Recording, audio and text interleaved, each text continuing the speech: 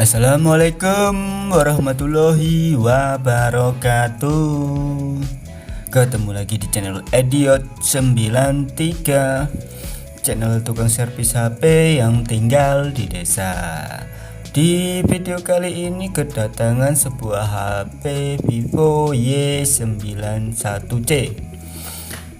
Kronologinya kerusakannya di LCD ya. Jadi LCD udah garis-garis dan ada garis hitam 2 di paling kanan tuh ya, dan udah nggak bisa disentuh-sentuh lagi. Jadi sudah jelas kerusakannya hanya di LCD, jadi mau nggak mau ya harus ganti full set ya, satu set ya, karena kondisi seperti ini udah nggak bisa diselamatkan lagi. Dan cerita HP ini kalau dihitung-hitung nih sudah 3 kali ini ganti LCD ya di tempat saya, dan 1 kali di tempat teknisi lain. Jadi total HP ini sudah ganti LCD 4 kali. Oke, kalau cerita yang pertama itu dia ganti LCD waktu itu udah lama, udah berapa tahun yang lalu ya, setahun yang lalu lah perkiraan.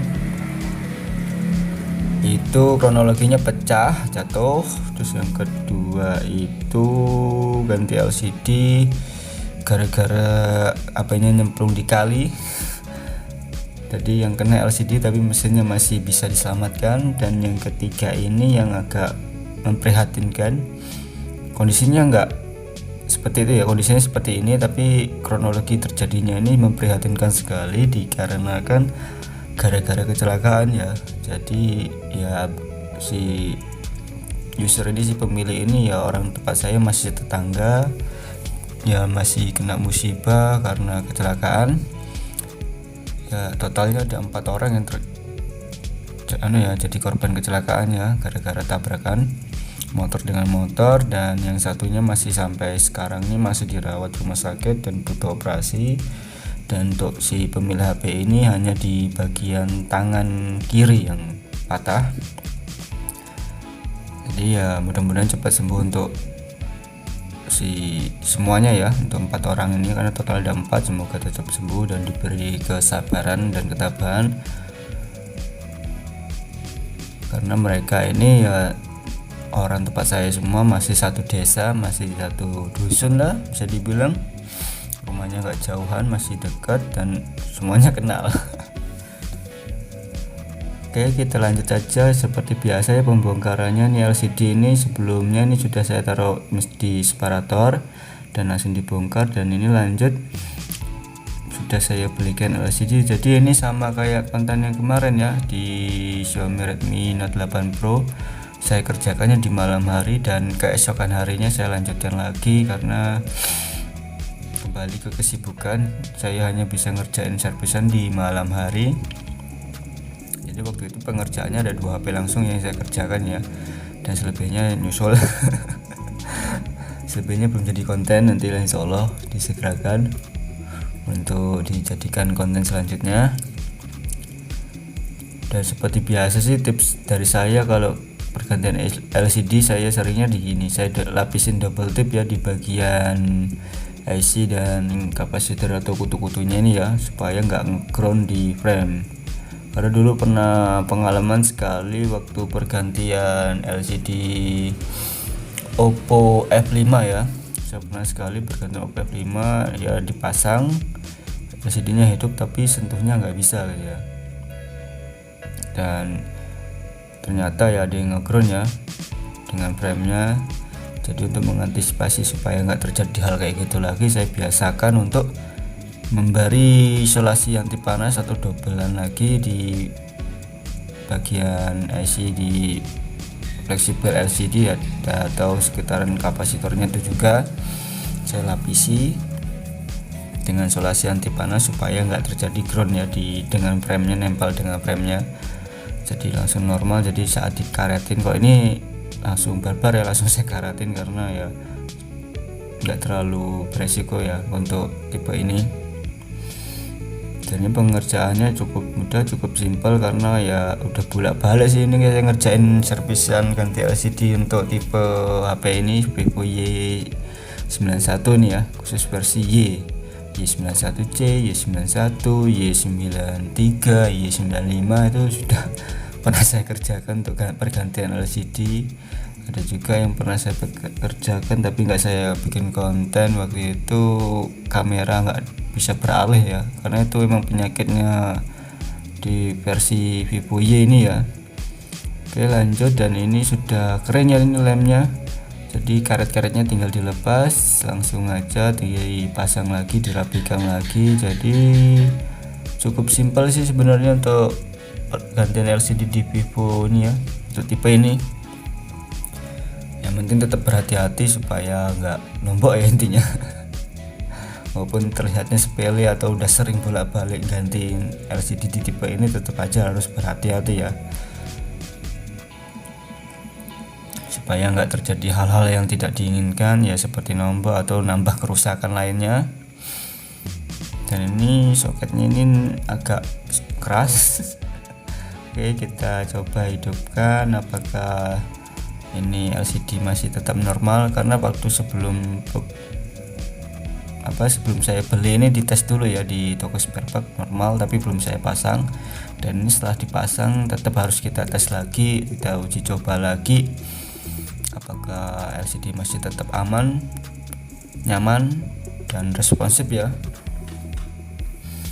Dan seperti biasa sih kalau pergantian LCD ini biasanya saya minta sandi sih, supaya bisa ngetes LCD. Tapi kalau si pemiliknya ada privasi yang mungkin nggak harus diketahui orang lain dan nggak dibolehin ngasih sandi atau pinnya sih, nggak masalah ya. Jadi hanya pengetesan di bagian ya, tekan-tekan tombol seperti ini, atau tekan tombol telepon, atau sekedar untuk mencerahkan atau meredupkan layar sih. Nah, kalau udah dikasih sandi atau diberi sandi atau pola, terus dikasih tahu pola sandinya ya, kita bisa ngetes seperti ini ya, sentuhannya jadi semua full normal gitu ya. Jadi kita si teknisi merasa yakin gitu, wah ini LCD udah aman nih, normal nih. Jadi udah kita eksekusi dan percaya diri untuk diberikan lagi ke si pemiliknya. Jadi saya coba terangkan, redupkan, dan masih cukup responsif. Dan ini LCD merek apa sih ini, golden gitu. Tetap saya biasanya ngambilnya dari Netselindo karena ini udah langganan sih, dan toko spare part ya langganan saya di dekat rumah ini juga ya, dia ngambilnya dari Netselindo. Jadi ya udah otomatis saya ngambilnya di situ. Dan kebetulan ada stoknya. Kalau nggak ada stoknya ya langsung ke tokonya ya, ke Netselindo, tapi via online. Mungkin para teknisi yang sudah suhu pasti tahulah apa nama tokonya dan kualitasnya bagaimana. Dan ini tinggal dirapi-rapikan saja, tinggal dibaut-baut. Jadi cukup simpel, cukup mudah, nggak terlalu sulit sih untuk tipe ini, karena emang saya sudah sering sih untuk nanganin tipe ini ya, bongkar pasang tipe Vivo seperti ini, yang tipe Vivo Y ini ya. Dan ini bisa dibilang kalau di daerah saya nih hampir sejuta umat nih, karena banyak sekali yang pakai tipe-tipe seperti ini. Dan banyak juga yang mengalami problema kerusakan di tipe ini ya. Jadi ya umum lah ini ya, kalau di tempat saya ini umum, ini HP umum, banyak yang punya. Banyak yang pakai. Dan Oppo A3s juga di sini masih banyak yang menggunakan. Jadi ya kerusakannya mungkin itu aja gitu. Yang ringan-ringan saja seperti ini contohnya, ringan-ringan saja. Dan dirasa sudah, ini lanjut lagi ya. Semuanya sudah, bautnya sudah, tinggal pasang backdoornya. Dan penekanan di saat masang backdoor ini, penekannya di pinggir-pinggirnya aja ya, jangan di tengah LCD nya, karena kan lemnya belum sepenuhnya kering, takutnya nanti terjadi hal-hal yang nggak diinginkan, atau LCD jadi blank putih atau gimana, atau jadi rusak ya. Nanti kalau sudah kering baru nggak apa-apa ya. Ini cara saya sih, mungkin kalian punya caranya masing-masing supaya aman, gak nombok. Dan ini kita kletek mulus sekali ya layarnya karena masih baru. Oke, masih hidup, masih normal. Jadi kita cek lagi ya. Jangan lupa ngopi. Oke, terima kasih ya udah selalu support channel ini, selalu mendukung dan selalu memberikan komentar yang baik-baik. Mudah-mudahan makin rajin upload dan makin semangat upload lagi.